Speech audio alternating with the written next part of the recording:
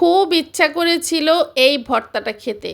আমি এক আপুকে দেখেছি এই ভর্তাটা বানিয়ে খেতে। আমার তো একদম খেতে এতটা ইচ্ছে করেছিল, পরানটা যায় যায় অবস্থা। আসসালামু আলাইকুম, কেমন আছেন সবাই? আশা করছি আল্লাহর রহমতে সবাই সুস্থ আছেন, ভালো আছেন। আমিও আলহামদুলিল্লাহ বেশ ভালো আছি। চলে আসলাম নতুন একটা খাবারের ভিডিও নিয়ে। আর আপনারা আমার খাবারের ভিডিও কিন্তু অনেক পছন্দ করেন, সেই জন্যই কিন্তু আমি খাবারের ভিডিও বানাই। তো যাই হোক, আমার ঠান্ডা লেগেছে, ভয়েসটা একটু ভিন্ন শোনা যাচ্ছে, তো কিছু মনে করবেন না। তো এখন আমি যেটা খাচ্ছি, এই ভর্তাটাই খাওয়ার জন্য মনে হয় যে আমার আত্মাটা বের হয়ে যায়। আমি এক আপুকে দেখেছি এই ভর্তাটা খেতে, দেখে আমার খুবই খেতে ইচ্ছা করেছিল। তো বানিয়ে খেয়ে তো আমি পুরাই অবাক, এই যে আমি আরও নিয়েছি কিন্তু। তো এই ভর্তাটা ছিল ব্রোকলি ভর্তা।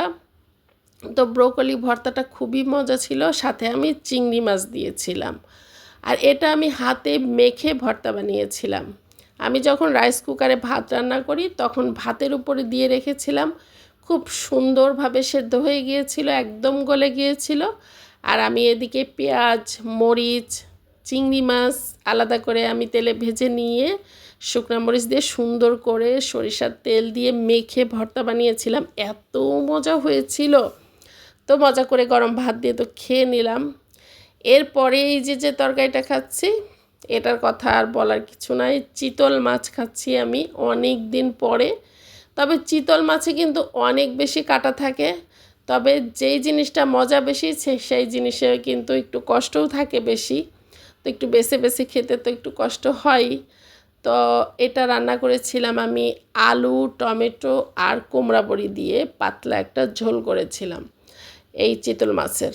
তো কুমড়া বড়ির ভিতরে কিন্তু রস টইটুম্বুর হয়ে থাকে, যার কারণে খুবই মজা লাগে। আর চিতল মাছটা কিন্তু মিষ্টি মাছ, যারা খেয়েছেন তারা অবশ্যই জানেন। হয়তো বা অনেকেই খায় না, কারণ এটা অনেক কাটা, এই জন্য অনেকে পছন্দ করে না।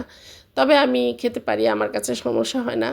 আর একটু বেশি কড়া করে ভেজে নিলে না কাটাটা খুব একটা লাগে না, চিকন চিকন কাটা। তো যার জন্য খুব একটা প্রবলেম হচ্ছিল না। আর এই শীতের দিনে প্রত্যেকটা তরকারিতে তো কুমড়া বড়ি আমার থাকতেই হবে। কুমড়া বড়ি দিলে না মাছ দেওয়ার প্রয়োজন হয় না, এতটাই মজা হয়, খুবই ভালো লাগে কিন্তু। তো সেই জন্য খুব মজা করে আজকে ভাত খাওয়া বেশি হয়ে গেল, কারণ যেহেতু ভর্তাটাও খুব মজা ছিল, এই জন্য কিন্তু আমি ভর্তা দিয়েই এক প্লেট ভাত খেয়ে নিয়েছিলাম। তারপরে এই যে আবার মাছের তরকারি দিয়ে কিন্তু আমি আরও আরেক প্লেট ভাত খেয়ে নিলাম। কিছুই করার নেই, যখন মজা হয় তখন আর ডায়েটের কথা মনে থাকে না, ভুল হয়ে যায়, খাওয়া বেশি হয়ে যায়। আর নতুন আলু, তো নতুন আলু তরকারিতে দিলে পরে খুব বেশি ভালো লাগে, সেজন্য সব মিলিয়ে আর কি সব কিছুতেই মজা ছিল। তো মজা করে এই জন্য খাওয়া হয়ে গেছে।